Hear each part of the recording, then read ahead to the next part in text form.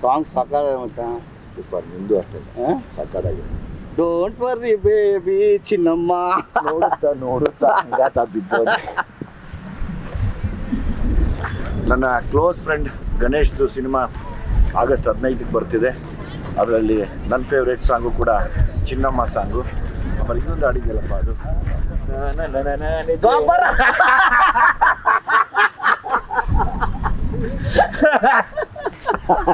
ನನಗೆ ನೀನು ಹೇಳಿದ್ರೆ ನಾನು ಫುಲ್ಲು ರೆಡಿಯಾಗಿ ಬರ್ತಿದ್ದೆ.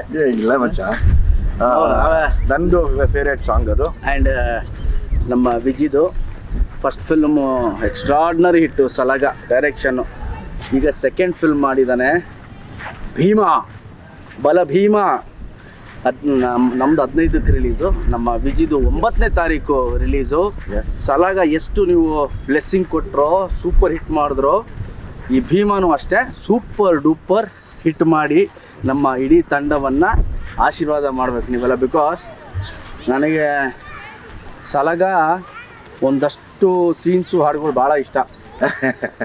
ಭೀಮಲ್ಲಿ ಆ್ಯಟಿಟ್ಯೂಡೇ ಸೂಪರ್ ಮಚ್ಚ. ಹೌದಾ? ಆ್ಯಟಿಟ್ಯೂಡೇ ಸೂಪರ್. ಬೈಕಲ್ಲಿ ಬರ್ತಾ ಏಯ್ ಕೊಂಡ್ರೆ ಓನೇ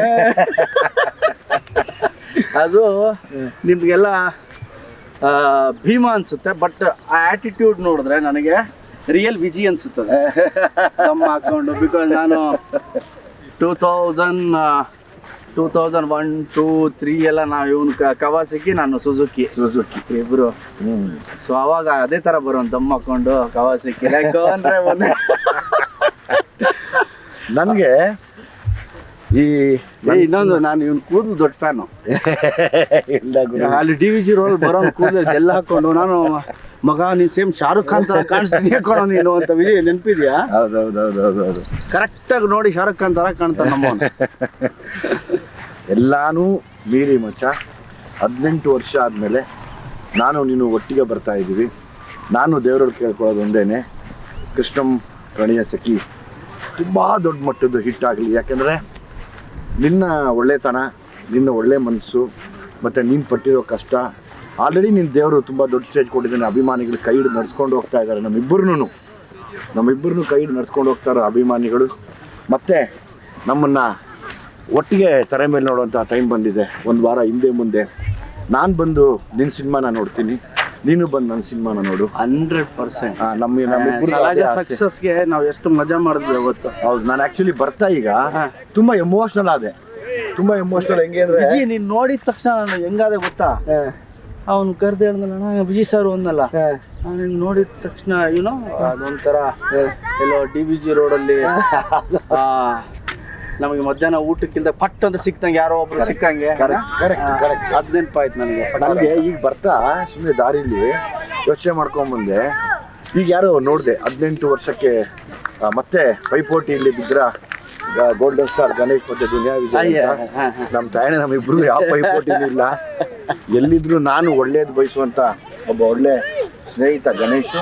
ನಾನು ರಾತ್ರಿ 12 ಗಂಟೆ ಫೋನ್ ಮಾಡಿಬಿಟ್ಟು ವಿಜಿ ಅರ್ಜೆಂಟ್ ಬಾ ಅಂತ ಹೇಳಿದ್ರೆ ಬರೋ ಅಂತ ಏಕೈಕ ಮನುಷ್ಯ ವಿಜಿ. ರಾತ್ರಿ 12 ಗಂಟೆಗೆ ಫೋನ್ ಮಾಡಿ ಗಣಿ ಬಾ ಅಂದರೆ ಎಲ್ಲೂ ಹೋಗಲ್ಲ ನಾನು, ಹೋದ್ರೆ ಇವನ್ ಮಾತ್ರ ಹೋಗ್ತೀನಿ.